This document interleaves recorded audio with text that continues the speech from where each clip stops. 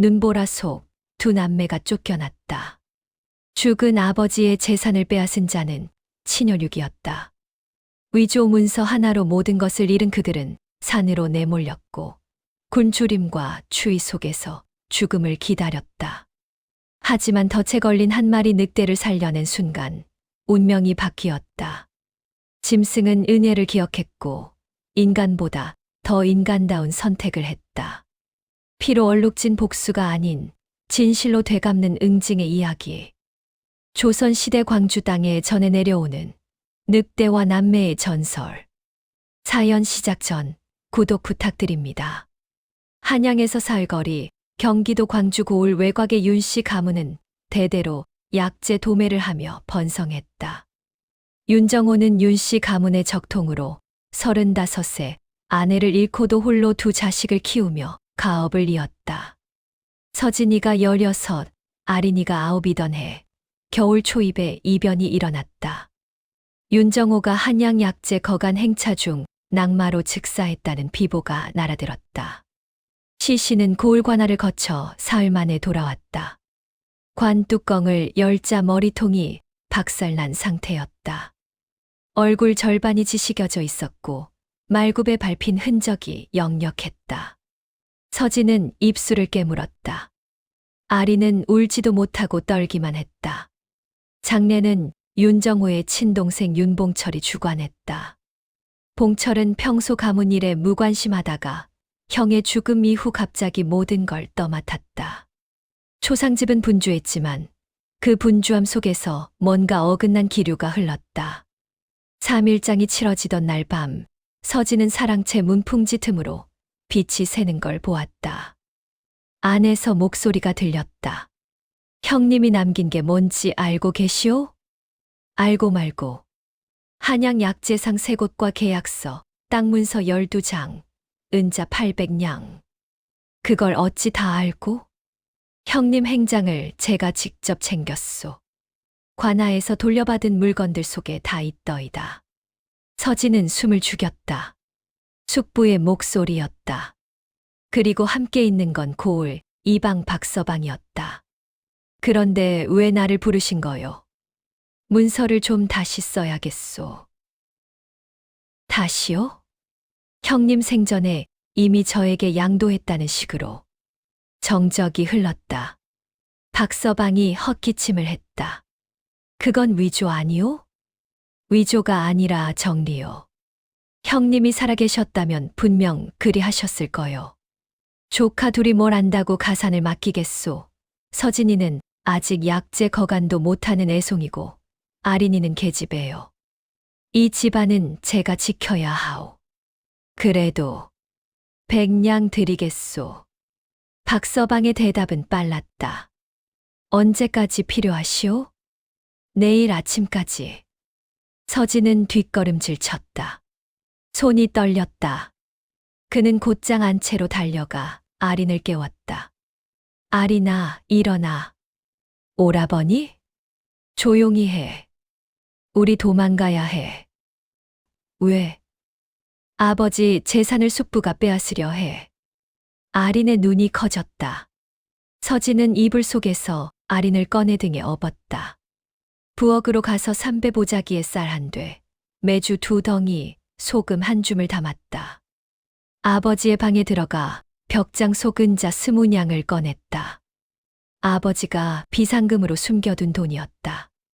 대문을 열고 나서려는데 뒤에서 목소리가 들렸다. 어딜 가느냐? 숙부 윤봉철이었다. 손에 등잔을 들고 서 있었다. 밖에 바람 좀 쐬려고요. 한밤에 등에 동생을 업고 보따리까지 들고. 서진은 입을 다물었다.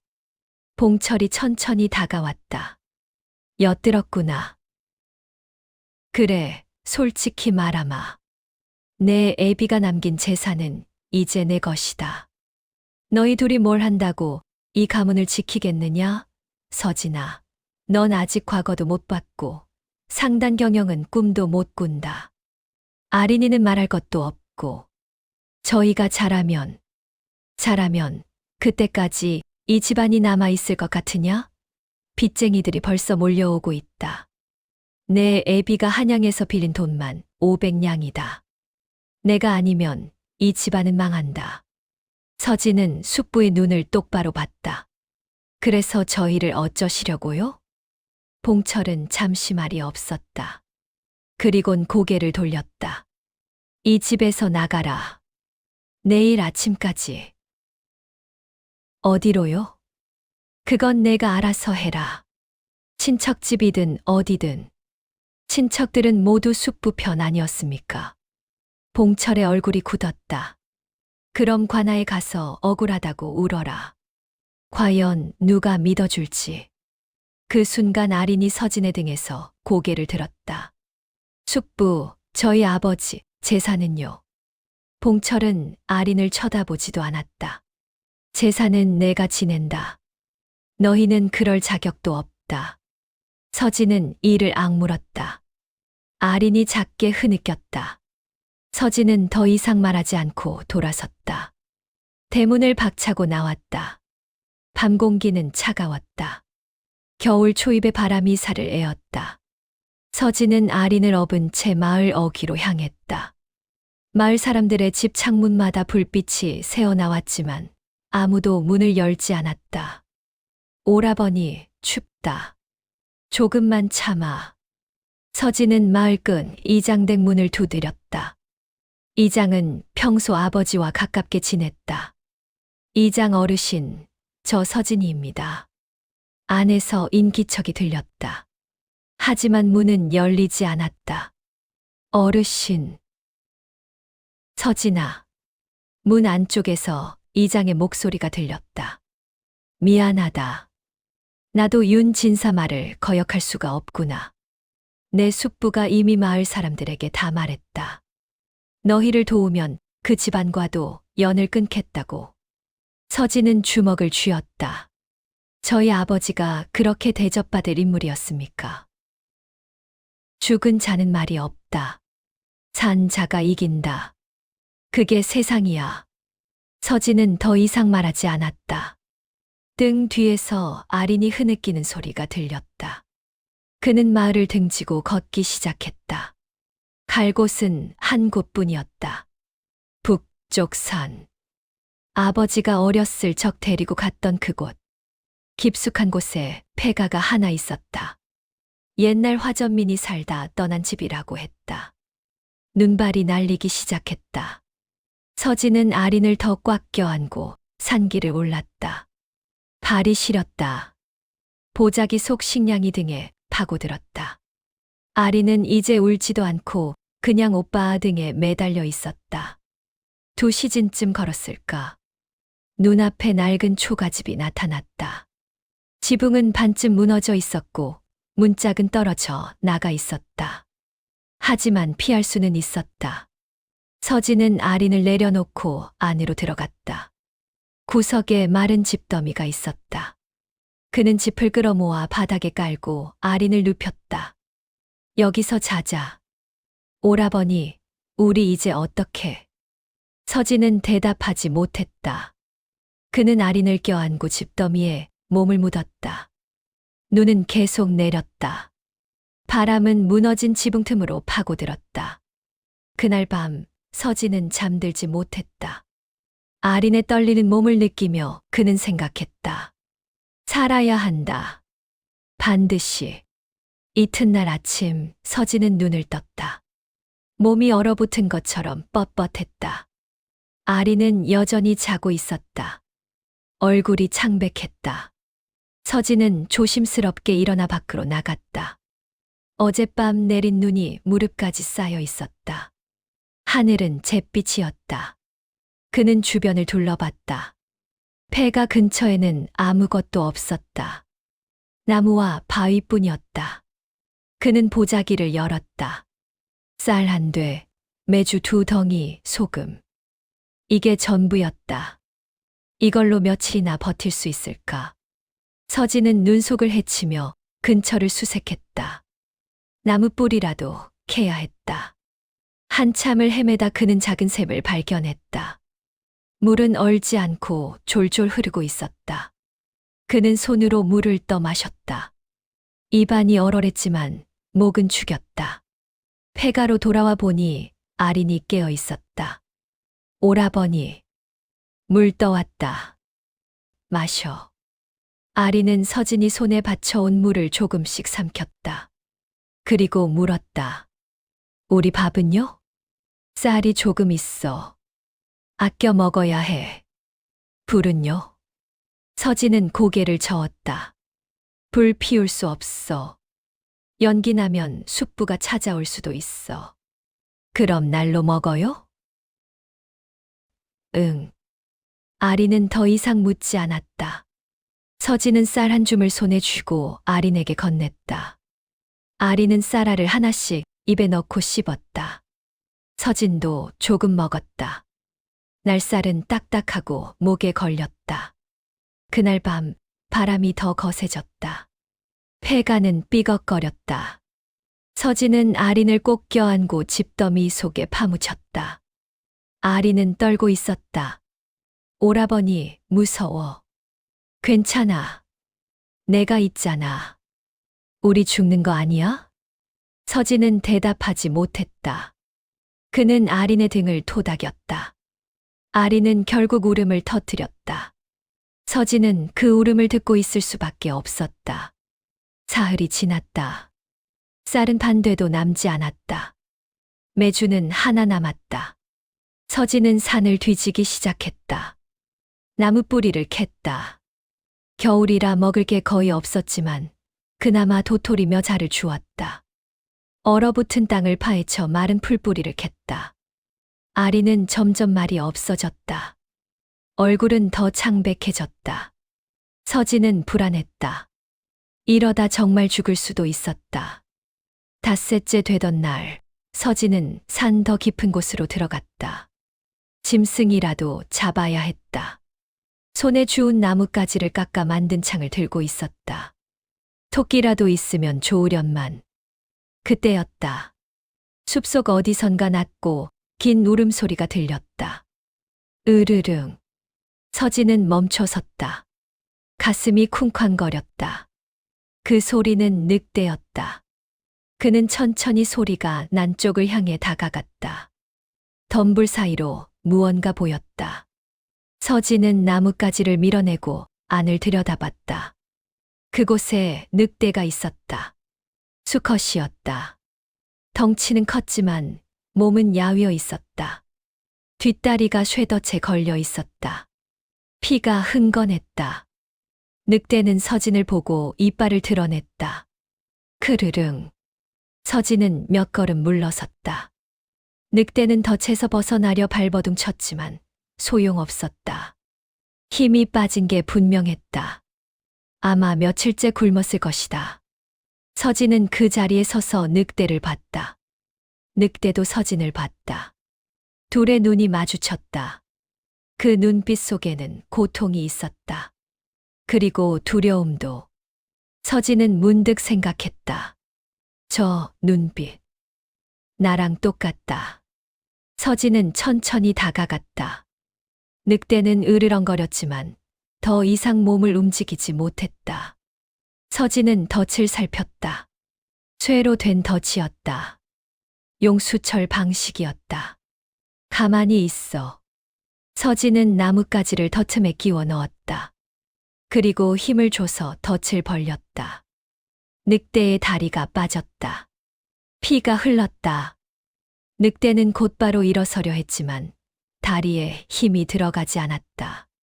서진은 허리춤에 차고 있던 배낭끈을 풀어 늑대의 상처 부위에 감았다. 늑대는 저항하지 않았다. 그냥 서진을 쳐다볼 뿐이었다. 넌 왜 덫에 걸렸어? 늑대는 대답하지 않았다. 당연했다. 서진은 피식 웃었다. 그는 근처에서 마른 나무잎을 모아 늑대 곁에 쌓았다. 여기서 쉬어. 나도 갈 데가 없으니까. 늑대는 여전히 서진을 쳐다보고 있었다. 서진은 돌아서서 폐가로 향했다. 폐가에 돌아오자 아린이 물었다. 오라버니, 뭐 구했어요? 아니, 아무것도. 그럼 오늘도 굶어요? 서진은 고개를 끄덕였다. 아리는 울지 않았다. 그냥 누워있을 뿐이었다. 그날 밤 서진은 다시 늑대가 있는 곳으로 갔다. 손에는 메주 반덩이를 들고 있었다. 남은 식량의 전부였다. 늑대는 여전히 그 자리에 있었다. 서진은 메주를 늑대 앞에 놓았다. 이거라도 먹어. 늑대는 메주를 냄새 맡았다. 그리고 조금씩 핥았다. 서진은 그 모습을 보며 중얼거렸다. 너도 혼자구나. 나처럼. 늑대는 메주를 다 먹고 나서 서진을 봤다. 이번에는 으르렁거리지 않았다. 그냥 조용히 눈을 깜빡였다. 서진은 그 눈을 보며 말했다. 이름을 지어줄게. 넌 설묵이야. 눈 속에서 말없이 있으니까. 설묵은 대답 대신 꼬리를 한번 흔들었다. 서진은 처음으로 웃었다. 시퀀스 3 6천만 7천자. 일주일이 지났다. 서진은 매일 설묵을 찾아갔다. 설묵의 다리는 조금씩 나아지고 있었다. 서진은 샘물을 떠다 설묵에게 먹였고 산에서 주운 도토리와 나무 뿌리를 나눠 먹었다. 아리는 처음에는 오빠가 늑대를 돌본다는 사실 몰랐다. 하지만 어느 날 서진을 따라 나섰다가 설묵을 봤다. 오라버니, 저게 뭐예요? 늑대야. 늑대요. 무섭지 않아요? 처음엔 무서웠어. 근데 이젠 아니야. 아리는 조심스럽게 설묵에게 다가갔다. 설묵은 아린을 보고도 으르렁거리지 않았다. 오히려 코를 킁킁거리며 냄새를 맡았다. 오라버니, 쟤 우리 냄새 맡고 있어요. 응. 우리가 적이 아니란 걸 아는 거야. 아리는 손을 뻗어 설묵의 머리를 쓰다듬었다. 설묵은 가만히 있었다. 아린이 웃었다. 따뜻해. 그날 이후 아린도 설묵을 돌봤다. 남매는 폐가와 설묵이 있는 곳을 오가며 지냈다. 설묵의 다리는 점점 나아졌다. 이제 절뚝거리긴 해도 걸을 수 있었다. 어느 날 설묵이 숲속으로 사라졌다. 서진은 불안했다. 떠난 건가 싶었다. 하지만 해질녘 설묵이 돌아왔다. 입에 토끼 한 마리를 물고 설묵은 토끼를 서진 앞에 떨어뜨렸다. 서진은 얼떨떨해하며 토끼를 집어들었다. 따뜻했다. 방금 잡은 것이었다. 이거 우리 주는 거야? 설묵은 꼬리를 흔들었다. 서진은 토끼를 들고 폐가로 돌아왔다. 아리는 토끼를 보고 눈이 휘둥그레졌다. 오라버니, 이거 어디서 났어요? 설묵이 잡아줬어. 정말요? 서진은 토끼 가죽을 벗기고 손질했다. 그리고 폐가 안에 작은 불을 피웠다. 연기가 새어나가지 않도록 구멍을 막았다. 토끼 고기를 구웠다. 기름이 뚝뚝 떨어지는 소리가 들렸다. 냄새가 퍼졌다. 서진과 아리는 군침을 삼켰다. 오라버니, 먹어도 돼요? 응. 먹자. 남매는 토끼 고기를 뜯어 먹었다. 일주일 만에 먹는 제대로 된 음식이었다. 아리는 눈물을 흘리며 먹었다. 맛있다. 서진도 울컥했다. 그는 고기 한 점을 남겨두고 설묵에게 가져갔다. 설묵은 고기를 받아 먹고 서진의 손을 핥았다. 고마워, 설묵아. 그날 이후 설묵은 사냥을 시작했다. 토끼, 꿩, 때로는 노루까지. 설묵이 잡아온 것을 서진이 손질하고 아린과 나눠 먹었다. 폐가에는 말린 고기가 쌓이기 시작했다. 겨울이 깊어졌다. 눈은 계속 내렸다. 하지만 남매는 더 이상 굶주리지 않았다. 설묵은 매일 폐가 근처를 맴돌았다. 밤에는 폐가 입구에서 잤다. 서진과 아린을 지키는 것처럼. 어느 날 밤 아린이 물었다. 오라버니, 설묵이는 왜 우릴 도와줄까요? 우리가 설묵이를 살려줬으니까. 그것뿐일까요? 서진은 잠시 생각했다. 아닐 수도 있어. 설무기도 우리처럼 혼자였으니까. 무리에서 떨어진 늑대는 살기 힘들거든. 그럼 우리가 설무기의 무리인 거예요? 응. 그런 거 같아. 아리는 웃었다. 서진도 웃었다. 하지만 평화는 오래 가지 않았다. 어느 날 오후 서진이 샘에서 물을 길어 오는데 뒤에서 발소리가 들렸다. 서진은 돌아봤다. 한 사내가 서 있었다. 사냥꾼 차림이었다. 손에는 활을 들고 있었다. 이런 곳에 사람이 있다니. 사내는 서진을 위아래로 훑어봤다. 서진은 본능적으로 한 발 물러섰다. 누구십니까? 나, 그냥 지나가는 사냥꾼이다. 그런데 너는 뭐 하는 애냐? 이 산속에 혼자. 혼자 아닙니다. 그래, 누구랑 있는데? 동생이요. 사내는 씩 웃었다. 남매가 산속에서 산다고. 부모는? 돌아가셨습니다. 쯧쯧. 불쌍하게. 사내는 주변을 둘러봤다. 그리고 폐가 쪽을 가리켰다. 저기 사냐? 서진은 대답하지 않았다. 사내는 혼자 걸어가기 시작했다. 서진은 황급히 따라갔다. 저기 들어가시면 안 됩니다. 왜? 숨긴 게 있나? 사내는 폐가 문을 열었다. 안에는 아린이 있었다.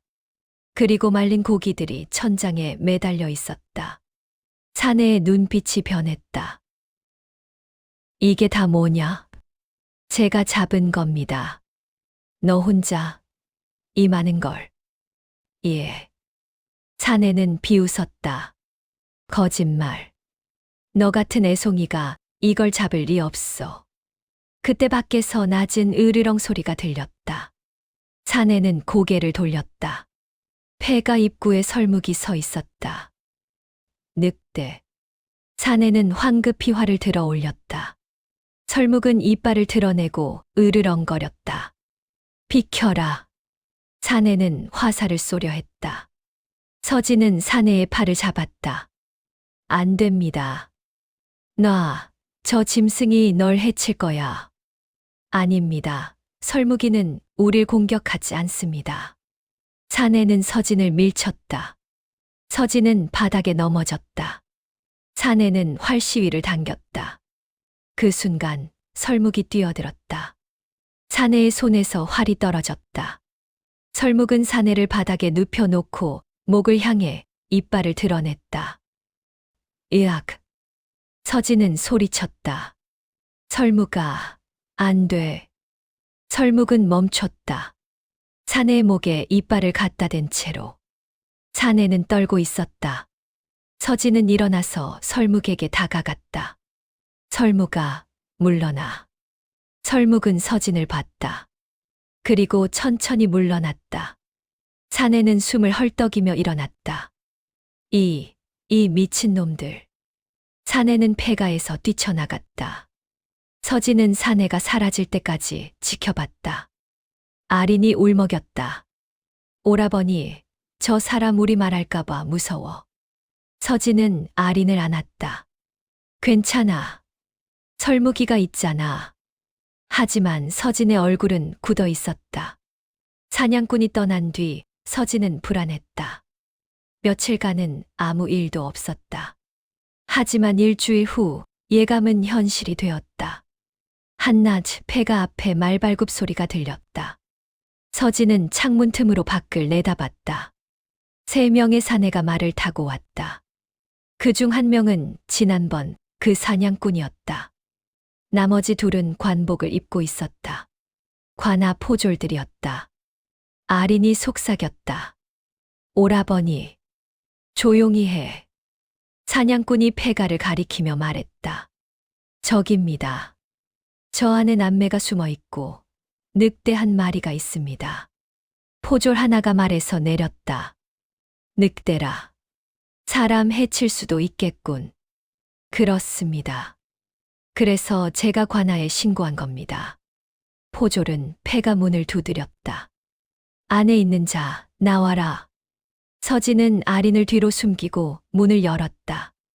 포졸은 서진을 보고 미간을 찌푸렸다. 너 혼자냐? 아닙니다. 동생도 있습니다. 부모는 돌아가셨습니다. 포졸은 폐가 안을 들여다봤다. 말린 고기들이 보였다. 이게 다 뭐냐? 사냥한 겁니다. 누가? 서진은 대답하지 못했다. 포졸은 코웃음 쳤다. 사냥꾼 말로는 늑대가 있다던데. 예. 어디 있느냐? 숲속입니다. 포졸은 사냥꾼을 돌아봤다. 늑대를 찾아내라. 사냥꾼은 숲속으로 들어갔다. 서진은 주먹을 쥐었다. 설묵이 위험했다. 잠시 후 사냥꾼이 돌아왔다. 손에는 아무것도 없었다. 없습니다. 없다고? 발자국은 있는데 늑대는 도망친 것 같습니다. 포졸은 혀를 찼다. 그럼 어쩔 수 없지. 포졸은 서진을 향해 말했다. 너 이름이 뭐냐? 윤서진입니다. 윤서진, 윤씨라. 혹시 광주 윤씨냐? 서진은 고개를 끄덕였다. 포졸의 표정이 묘하게 변했다. 광주 윤씨면 윤봉철 진사 집안 아니냐? 예. 그럼 내가 윤 진사 조카로구나. 서진은 입을 다물었다. 포졸은 고개를 끄덕였다. 윤 진사께서 말씀하셨다. 조카 둘이 가출했다고. 찾으면 데려오라고. 저희는 가출한 게 아닙니다. 아니면 뭐냐? 쫓겨난 겁니다. 숙부가 저희를 내쫓았습니다. 포졸은 비웃었다. 쫓겨났다고 윤 진사께서는 내 놈들이 제 발로 나갔다 하시던데. 거짓말입니다. 증거가 있느냐? 서진은 대답하지 못했다. 포졸은 고개를 저었다. 없으면 입 닥쳐라. 어른 말씀을 의심하는 게 아니다. 포졸은 서진의 팔을 잡았다. 가자. 윤 진사께 데려가겠다.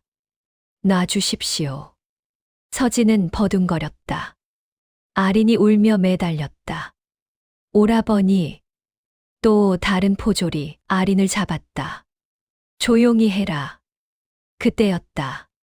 숲속에서 낮고 긴 울음소리가 들렸다. 아우. 포졸들이 얼어붙었다. 사냥꾼이 떨며 말했다. 늑대. 늑대가 온다. 덤불이 흔들렸다. 설묵이 나타났다. 하지만 혼자가 아니었다. 뒤에 늑대 5마리가 더 있었다. 포졸 하나가 소리쳤다. 늑대 무리다. 도망쳐. 포졸들은 말에 올라타려 했다. 하지만 늦었다. 늑대들이 말을 포위했다. 말들이 놀라 울부짖었다. 설묵은 천천히 서진에게 다가왔다. 서진은 설묵을 봤다. 설묵의 눈빛은 차분했다. 포졸 하나가 칼을 뽑았다. 물러서지 않으면 베겠다. 설묵은 으르렁거렸다. 다른 늑대들도 함께 으르렁거렸다. 포졸은 칼을 휘둘렀다. 하지만 설묵은 피했다. 그리고 포졸의 손목을 물었다. 악! 칼이 떨어졌다. 설묵은 포졸을 바닥에 쓰러뜨렸다. 다른 늑대들도 포졸들을 둘러쌌다.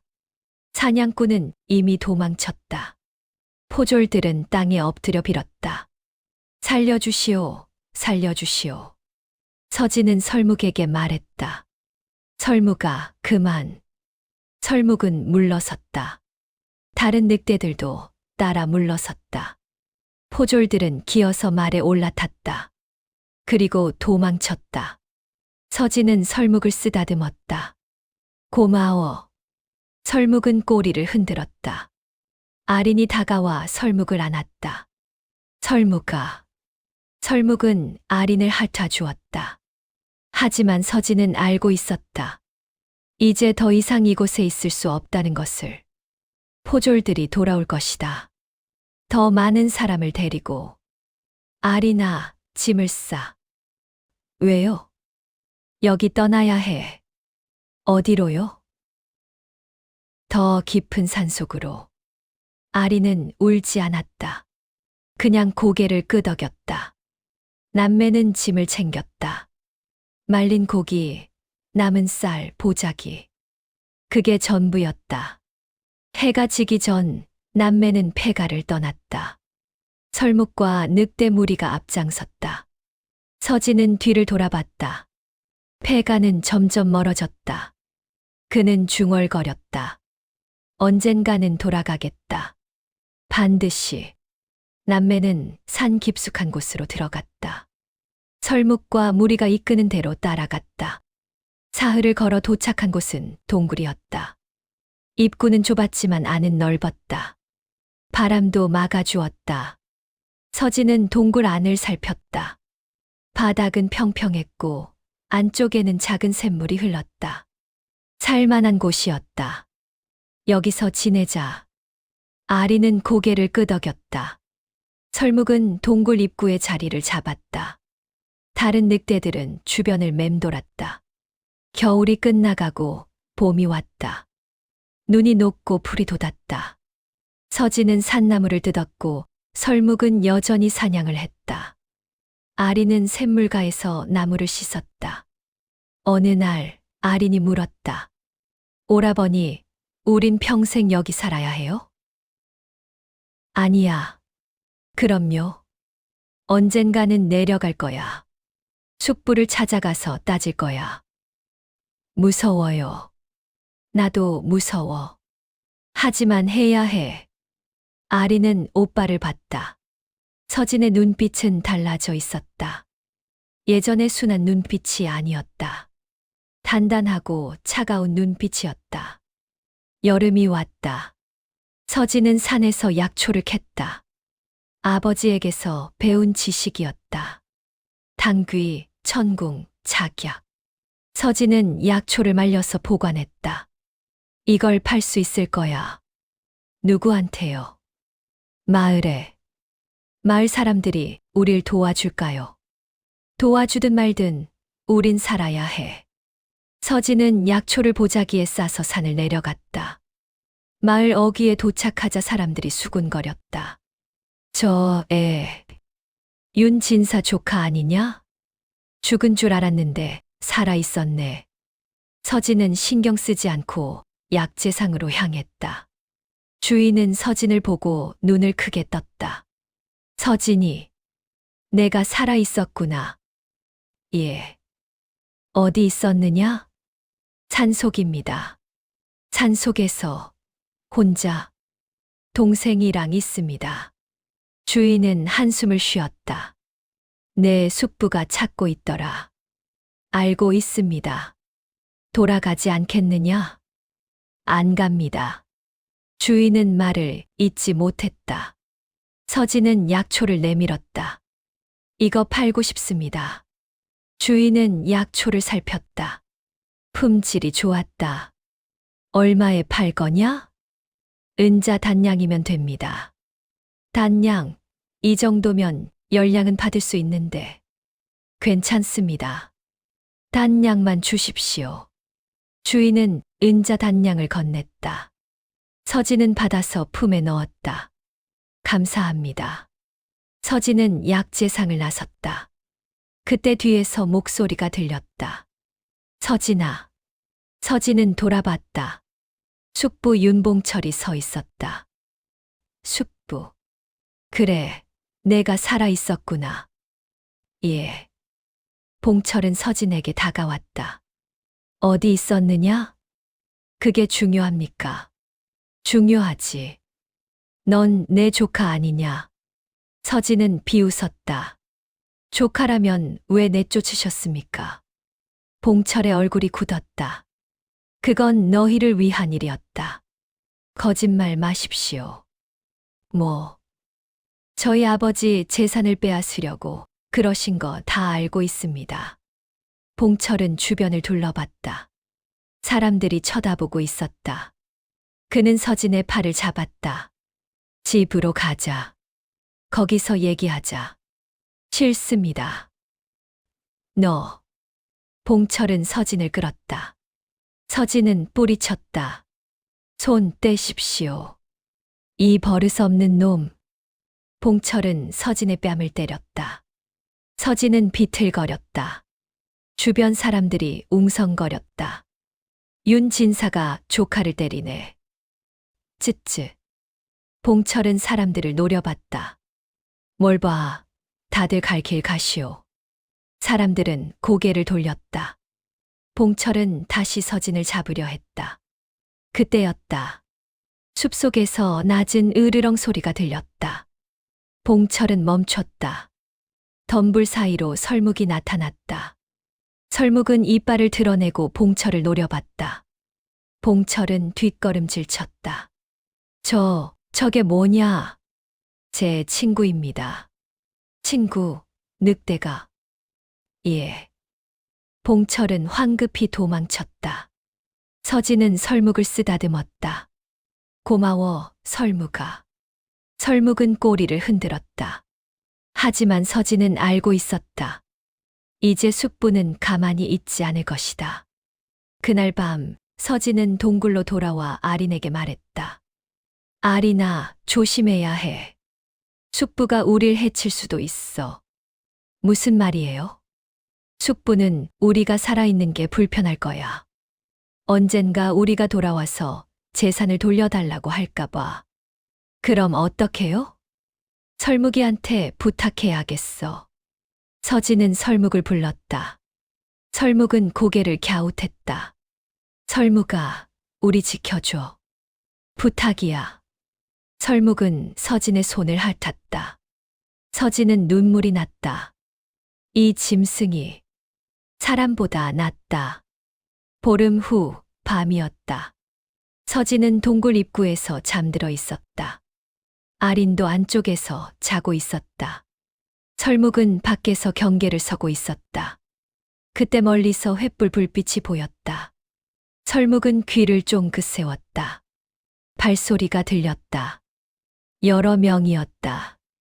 설묵은 동굴 안으로 들어가 서진을 깨웠다. 서진은 눈을 떴다. 설묵아, 왜 그래? 설묵은 밖을 향해 으르렁거렸다. 서진은 긴장했다. 밖을 보니 횃불이 가까워지고 있었다. 누구지? 서진은 아린을 깨웠다. 아린아, 일어나. 누가 온다. 아린은 겁에 질린 얼굴로 일어났다. 서진은 아린을 동굴 깊숙한 곳으로 숨겼다. 여기 있어. 절대 나오지 마. 오라버니는요? 나는 설묵이랑 있을게. 서진은 동굴 입구로 나갔다. 횃불을 든 사람들이 보였다. 5명이었다. 앞장선 사람은 숙부 윤봉철이었다. 서진아, 거기 있구나. 숙부. 잘 찾았다. 내 늑대 덕분이야. 발자국을 따라왔지. 봉철 뒤에는 포졸 둘과 사냥꾼 둘이 있었다. 모두 무기를 들고 있었다. 서진은 한 발 물러섰다. 왜 오셨습니까? 왜긴? 널 데려가러 왔지. 저는 안 갑니다. 봉철은 한숨을 쉬었다. 서진아, 넌 아직 어려서 모르는구나. 세상이 얼마나 무서운지. 알고 있습니다. 아니, 모른다. 내가 계속 이렇게 살면 어떻게 되는지 아느냐? 굶어 죽거나 얼어 죽거나 짐승한테 뜯겨 죽는다. 그건 제가 알아서 할 일입니다. 넌 내 조카다. 내가 책임져야 해. 서진은 비웃었다. 책임, 저희를 내쫓으신 분이? 봉철의 얼굴이 일그러졌다. 그래, 내가 잘못했다. 미안하다. 이제 돌아가자. 거짓말 마십시오. 뭐? 숙부는 저희가 돌아오길 원하지 않습니다. 저희가 살아있는 게 불편하시니까요. 봉철은 잠시 침묵했다. 그리고 표정을 바꿨다. 더 이상 가면을 쓰지 않았다. 그래, 맞다. 너희가 불편하다. 내가 자라서 재산을 돌려달라고 하면 곤란하거든. 서진은 주먹을 쥐었다. 역시. 그래서 오늘로 끝내려고 한다. 봉철은 손을 들었다. 포졸들이 앞으로 나섰다. 저 애를 잡아라. 포졸들이 서진에게 다가왔다. 서진은 뒤로 물러섰다. 설묵이 뛰어나왔다. 포졸 하나가 칼을 휘둘렀다. 설묵은 피했다. 그리고 포졸의 다리를 물었다. 으악! 포졸이 쓰러졌다. 다른 포졸이 창을 찔렀다. 설묵은 옆으로 피했다. 하지만 창끝이 설묵의 옆구리를 스쳤다. 피가 흘렀다. 설묵아.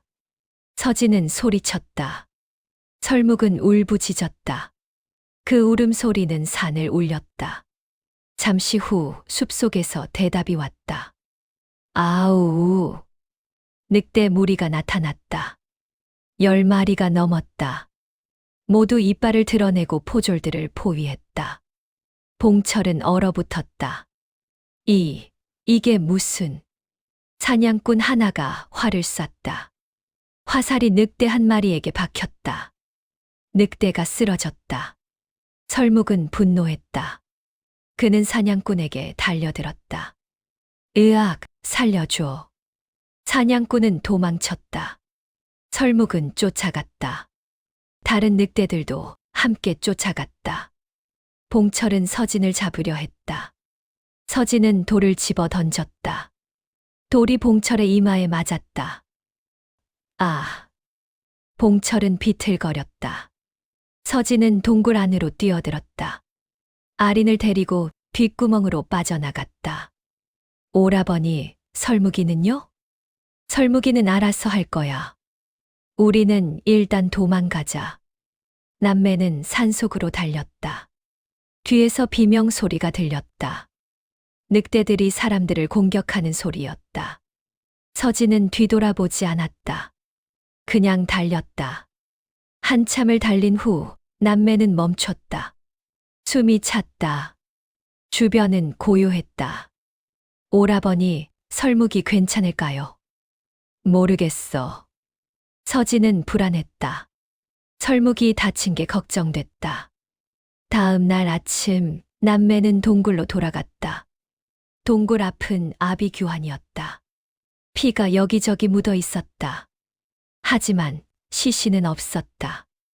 동굴 안에 설묵이 있었다. 옆구리에 붕대가 감겨 있었다. 서진이 감아준 게 아니었다. 누가 감아준 걸까? 설묵아. 서진은 설묵을 안았다. 설묵은 가쁜 숨을 쉬고 있었다. 서진은 설묵의 상처를 살폈다. 깊지는 않았지만 위험했다. 누가 치료해 준 거야? 그때 동굴 밖에서 목소리가 들렸다. 내가 해줬다. 서진은 고개를 들었다. 한 노인이 서 있었다. 허름한 옷을 입고 있었지만 눈빛은 예리했다. 누구십니까? 그냥 지나가던 약초꾼이다. 내 늑대가 다쳤길래 치료해줬지. 감사합니다. 노인은 동굴 안으로 들어왔다. 설묵의 상처를 다시 살폈다. 다행히 깊지 않다. 며칠 쉬면 괜찮을 거다. 정말입니까? 그래. 노인은 서진을 봤다. 너, 윤씨 집안 아이지. 서진은 놀랐다. 어떻게 아셨습니까? 내 아버지를 알았거든. 윤정호. 아버지를 아십니까? 응. 옛날에 같이 약재 거래를 했었지. 좋은 사람이었어. 노인은 한숨을 쉬었다. 안타깝게 돌아가셨다더구나. 예. 그리고 내 숙부가 재산을 뺏었다는 소문도 들었다. 서진은 고개를 숙였다. 노인은 서진의 어깨를 두드렸다. 포기하지 마라. 언젠가는 되찾을 수 있을 거다. 어떻게요? 내가 잘하면 된다. 그리고 증거를 찾아라. 증거요? 내 숙부가 위조한 문서. 그걸 찾으면 관아에 고발할 수 있다. 서진의 눈이 빛났다. 그 문서를 어떻게 찾죠? 그건 내가 알아서 해야지. 나는 도와줄 수 없다. 노인은 일어섰다. 건강해라. 그리고 늑대도 잘 돌봐라. 저 녀석은 내 목숨을 구했으니까. 노인은 동굴을 떠났다. 서진은 설묵을 쓰다듬었다. 설묵아, 고마워. 내가 없었으면 우린 죽었을 거야. 설묵은 눈을 감았다. 서진은 결심했다. 반드시 되찾겠다. 아버지의 재산을. 그리고 숙부를 벌하겠다. 1년이 흘렀다. 서진은 17이 되었다. 키는 훌쩍 컸고 몸은 단단해졌다. 산에서의 생활이 그를 변화시켰다. 아린도 10살이 되었다. 여전히 작고 마른 체구였지만 눈빛만큼은 또렷했다. 설묵은 완전히 회복했다. 옆구리의 상처는 흉터로 남았지만 움직임에는 지장이 없었다. 설묵의 무리도 커졌다. 이제 20마리가 넘었다.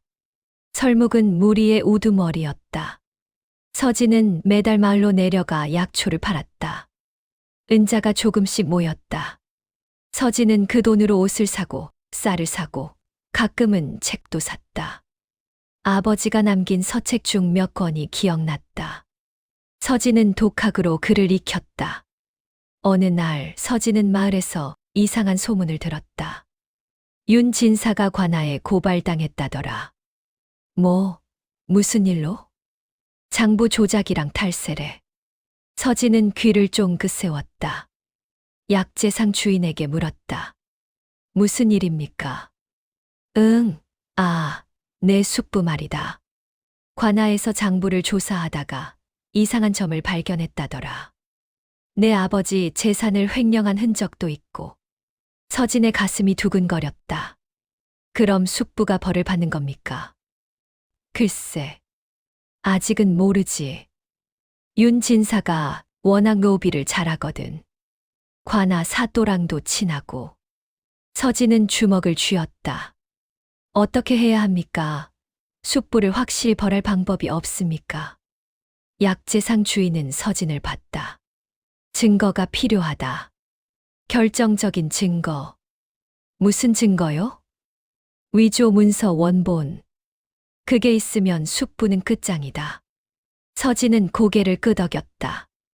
어디 있을까요? 아마 집 어딘가에 숨겨뒀을 거다. 윤 진사가 증거를 함부로 버릴 사람은 아니거든. 혹시 나중에 써먹을까 봐. 서진은 결심했다. 집에 들어가야 했다. 그날 밤 서진은 동굴로 돌아와 아린에게 말했다. 아린아, 나 집에 다녀올게. 집, 숙부 집 말이에요? 응. 위험해요. 알아. 하지만 해야 해. 증거를 찾아야 해. 아리는 울먹였다. 오라버니, 혼자 가면 안 돼요. 괜찮아. 설묵이가 같이 갈 거야. 서진은 설묵을 불렀다. 설묵은 고개를 갸웃했다. 설묵아, 나랑 갈래? 설묵은 꼬리를 흔들었다. 한밤중 서진과 설묵은 윤씨 집안 대문 앞에 섰다. 대문은 잠겨 있었다. 서진은 담을 넘었다. 설묵도 뛰어넘었다. 마당은 조용했다. 사랑채에 불이 켜져 있었다. 서진은 조심스럽게 다가갔다. 창문 틈으로 안을 들여다봤다. 숙부 윤봉철이 앉아 있었다. 표정이 어두웠다. 옆에는 이방 박서방이 있었다. 진사나리, 큰일입니다. 관아에서 장부를 다시 조사한답니다. 내가 알고 있네. 어찌하시렵니까?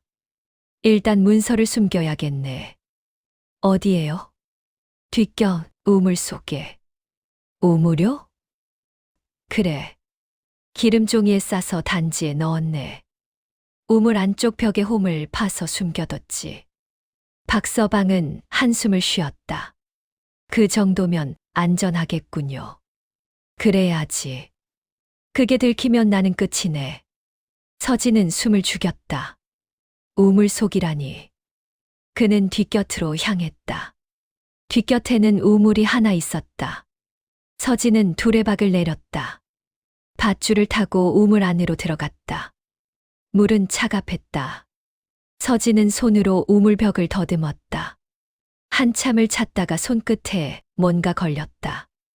홈이 있었다. 서진은 홈 안으로 손을 넣었다. 단지가 만져졌다. 이거다.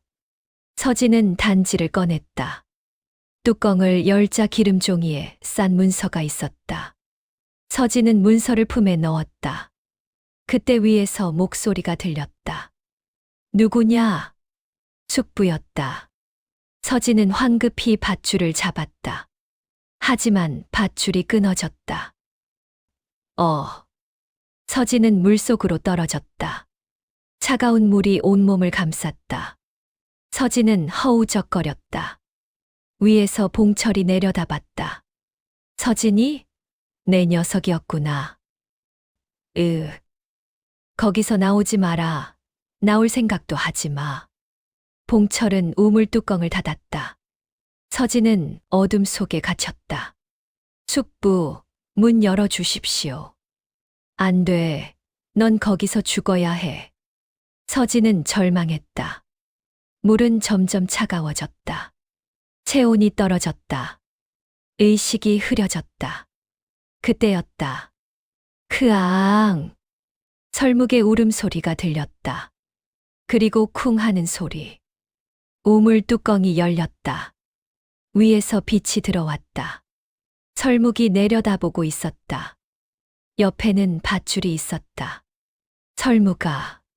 서진은 밧줄을 잡았다. 설묵이 밧줄을 물고 당겼다. 서진은 천천히 올라왔다. 우물 밖으로 나오자 봉철이 쓰러져 있었다. 설묵에게 물린 것 같았다. 피가 흘렀다. 서진은 헐떡이며 일어났다. 품 안의 문서는 무사했다. 설묵아, 가자. 서진과 설묵은 대문을 박차고 나갔다. 뒤에서 봉철의 비명이 들렸다. 도둑이야, 도둑. 하지만 아무도 쫓아오지 않았다. 서진은 산으로 달렸다. 동굴로 돌아오자 아린이 달려왔다. 오라버니, 괜찮아요? 응, 괜찮아. 뭘 가져왔어요? 서진은 문서를 꺼냈다. 기름종이를 벗기자 문서가 나타났다. 서진은 불빛에 비춰 읽었다. 문서에는 아버지의 재산을 숙부에게 양도한다는 내용이 적혀 있었다. 하지만 날짜가 이상했다. 아버지가 죽기 전날이었다. 이게 위조 문서다. 서진은 웃었다. 드디어 증거를 찾았다. 내일 관아에 가자. 정말요? 응. 이제 끝낼 때가 됐어. 다음 날 아침 서진은 말끔한 옷으로 갈아입었다. 1년 전 마을에서 산 옷이었다. 아린도 깨끗한 옷을 입었다. 오라버니, 무섭지 않아요? 무섭지. 하지만 해야 해. 서진은 문서를 품에 넣었다. 설묵에게 말했다. 설묵아, 우리 따라와 줄래? 설묵은 고개를 끄덕이는 듯했다. 남매와 설묵은 산을 내려가 관아로 향했다. 관아 앞에는 사람들이 모여 있었다. 서진이 나타나자 웅성거렸다. 저 애, 윤진사 조카 아니냐? 늑대를 데리고 왔네. 서진은 관아 문을 두드렸다. 아전이 나왔다. 뭐 하러 왔느냐? 고발하러 왔습니다. 누구를? 윤봉철을. 아전의 눈이 커졌다. 윤진사를 무슨 죄목으로? 재산 횡령과 위조 문서 작성. 서진은 문서를 꺼내 보였다. 아전은 문서를 받아 읽었다. 표정이 굳었다. 이건 심각한 문제다. 사또님께 보고해야겠다. 아전은 안으로 들어갔다. 잠시 후 사또가 나왔다. 중년의 관리였다. 얼굴은 엄격했다. 내가 고발한 자냐? 예. 문서를 보자. 서진은 문서를 건넸다. 사또는 꼼꼼히 읽었다. 그리고 고개를 끄덕였다. 이건 확실히 위조 문서다. 날짜도 이상하고 인장도 의심스럽다. 사또는 아전에게 명령했다. 윤봉철을 잡아오너라. 아전은 포졸들을 이끌고 나갔다. 서진은 관아 마당에서 기다렸다. 설묵은 옆에 앉아 있었다. 한 시즌 후 포졸들이 봉철을 끌고 왔다. 봉철은 발버둥 쳤다. 놔, 나를 왜 잡는 거냐? 사또 날이 명령이다. 봉철은 사또 앞에 꿇었다. 사또는 문서를 내밀었다. 이게 내 것이냐? 봉철은 문서를 보고 얼굴이 하얗게 질렸다. 이건 어디서 났느냐? 모르겠습니다. 거짓말 마라. 내가 숨겨둔 게 분명하다. 사또는 서진을 가리켰다. 이 아이가 고발했다. 내가 형의 재산을 횡령했다고. 봉철은 서진을 노려봤다. 이 녀석. 숙부, 이제 끝입니다. 사또는 판결을 내렸다. 윤봉철, 너는 위조 문서를 작성하고 재산을 횡령한 죄로 곤장 80대에 처하고 빼앗은 재산은 모두 윤서진에게 돌려준다. 봉철은 애걸했다. 사또 나리, 저는 억울합니다. 제가 아니라. 입 닥쳐라. 증거가 명백하다. 포졸들이 봉철을 끌어냈다. 마당에서 곤장이 시작됐다. 하나, 둘, 곤장 소리가 울렸다. 봉철은 비명을 질렀다. 서진은 그 모습을 가만히 봤다. 가슴이 복잡했다. 곤장이 끝나고 봉철은 쓰러졌다. 의식이 없었다. 포졸들이 봉철을 끌고 갔다. 사또는 서진에게 말했다. 윤서진, 내 재산은 이제 내 것이다. 집도, 땅도, 은자도. 감사합니다. 하지만 명심해라. 재산은 지키기 어렵다. 잘 관리해야 한다. 명심하겠습니다. 서진은 관할을 나섰다. 마을 사람들이 박수를 쳤다. 잘했다. 윤진사 꼴 좋다. 서진은 고개를 숙여 인사했다. 아리는 오빠를 껴안았다. 오라버니, 해냈어요. 응. 해냈어. 서진은 설묵을 봤다. 설묵은 꼬리를 흔들었다. 설묵아, 고마워. 내가 없었으면 이길 수 없었어. 설묵은 서진의 손을 핥았다. 그날 밤 서진은 다시 윤씨 집안으로 돌아왔다. 1년 만이었다.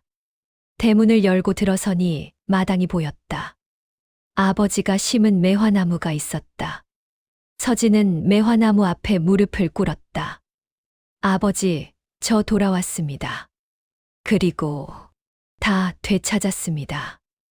눈물이 흘렀다. 아린도 옆에 무릎을 꿇고 울었다.